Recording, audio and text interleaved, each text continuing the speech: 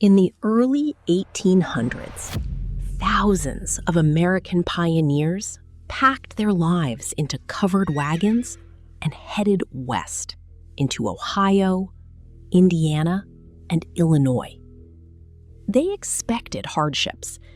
They prepared for conflicts, harsh winters, and starvation. But they weren't prepared for the invisible stalker waiting in the beautiful, lush pastures. It struck without warning. A healthy pioneer would wake up feeling slightly tired. Within days, their breath would smell sickeningly sweet. Their muscles would tremble, and they would slip into a fatal coma. Entire villages were abandoned. Families were wiped out in a week. The pioneers called it milk sickness, or simply the Trembles. For nearly a century, nobody knew what caused it, how it spread, or how to stop it.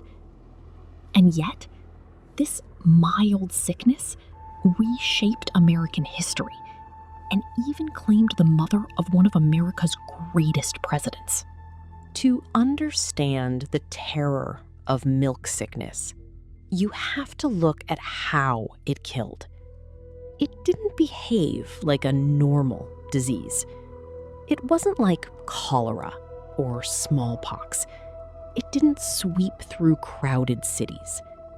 Instead, it picked off isolated families on the frontier. The cruelty of the disease lay in its mystery. A family would settle on a pristine, beautiful piece of land. Their cattle would graze in the woods. Everything seemed perfect. Then, suddenly, the cows would start trembling, lose their balance, and die. Days later, the family would suffer the exact same fate.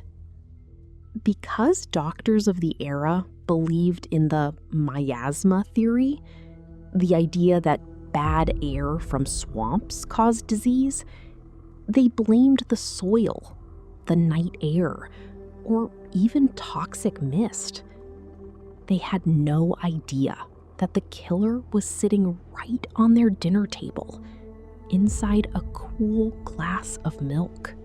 The most famous victim of this frontier plague was a woman named Nancy Hanks Lincoln. In 1818, the Lincoln family was living in a remote settlement in Little Pigeon Creek, Indiana. Abraham Lincoln was just 9 years old. That autumn, milk sickness tore through their tiny community. It started with the neighbors.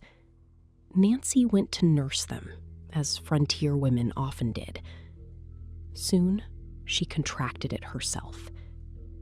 Young Abraham watched his mother suffer for a grueling week. She knew she was dying. On October 5, 1818, she passed away at just 34 years old.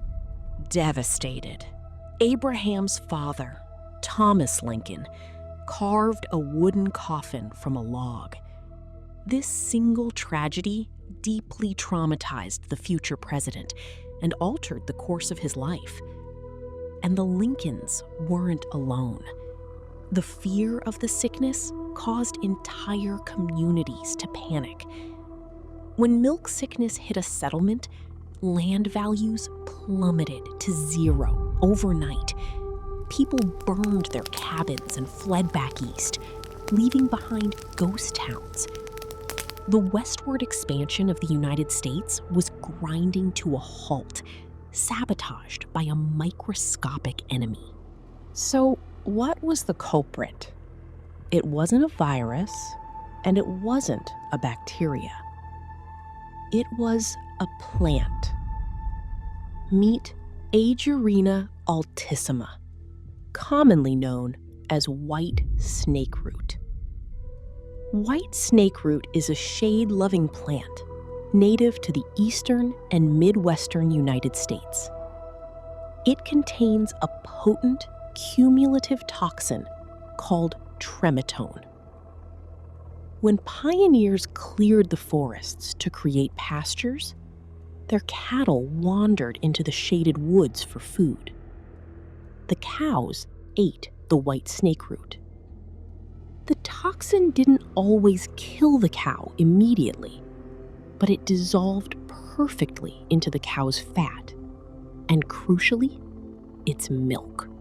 When the pioneers drank the milk or ate the butter and beef, they ingested a concentrated dose of poison. The tragic irony? The Native Americans of the region knew all about white snakeroot. They knew it was poisonous and avoided it. But because of the forced displacement and deep distrust between the pioneers and native populations, this vital survival knowledge was never shared. The pioneers were dying of ignorance in a land they didn't yet understand. The medical establishment wouldn't officially confirm the link between white snakeroot and milk sickness until the late 1920s. But the mystery was actually solved decades earlier by an unsung hero, a frontier doctor named Dr. Anna Pierce Hobbs Bixby. In the 1830s, Dr. Anna practiced in southern Illinois, an area ravaged by the sickness. Refusing to accept that it was just bad air, she noticed that the disease was seasonal, peaking in summer and autumn, and only affected people who consumed dairy. She tracked the cattle and eventually befriended a Shawnee woman who showed her the white snakeroot plant and explained its deadly properties.